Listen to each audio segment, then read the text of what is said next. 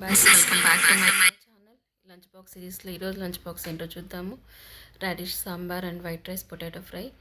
సాంబార్ తయారీ విధానం: 1 కప్ దాల్ తీసుకున్నానండి, 1 cup tomato, 1 onion, turmeric powder అంతా బాగా మిక్స్ చేసుకొని 3 to 4 విజిల్స్ వచ్చేలాగా పెట్టుకుందామండి. 4 విజిల్స్ వచ్చినాక దాన్ని మంచిగా మ్యాష్ చేసుకుందాము. మ్యాష్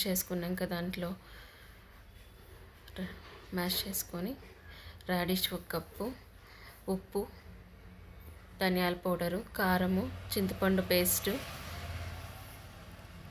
అన్నీ బాగా మిక్స్ చేసుకొని 3 to 4 విజిల్స్ వచ్చేంత వరకు పెట్టుకుందామండి.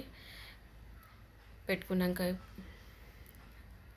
సాంబార్ తయారవుతుంది.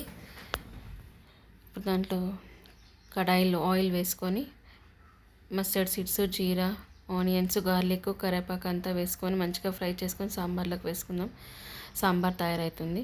పొటాటో ఫ్రైకి 1 కడాయిలో ఆయిల్ వేసుకొని పొటాటోస్ వేసుకొని మంచిగా ఫ్రై చేసుకుందామండి. దాంట్లో ఉప్పు, కారం వేసుకొని మంచిగా క్రిస్పీగా ఫ్రై చేసుకుందాము. చాలా మంచి టేస్ట్గా ఉంటుంది సాంబార్ రైస్కి.